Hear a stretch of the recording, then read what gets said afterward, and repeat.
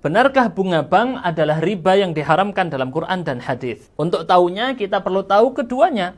Bunga bank itu seperti apa? Lalu riba di Arab jahiliyah dulu saat Rasulullah masih hidup itu bagaimana? Bunga ini sendiri adalah tambahan yang dikenakan pada transaksi pinjam. Contoh perhitungannya teman-teman lihat di rumus bunga sederhana. C sama dengan P kali B kali W. C ini bunga, P ini pokok hutangnya, B ini persentasenya, berapa persen, dan W adalah waktu. Saya akan jelaskan contohnya di sini nanti. Dan ini semua sudah ditetapkan sejak awal dalam akad. Riba jahiliyah, bagaimana disebut dalam Muwatta Imam Malik. Dari riwayat Zaid bin Aslam, beliau menjelaskan bahwa itu saat mereka berhutang, kemudian jatuh tempo, maka yang menagih akan mengatakan, "Ataqdi am turbi?" Kamu mau lunasi atau mau ditambah? Kalau lunasi sudah tuntas, bayarannya selesai. Tapi kalau nambah, dia harus nambah hutangnya tadi, misalnya uang, maka akan diberi tambahan waktu.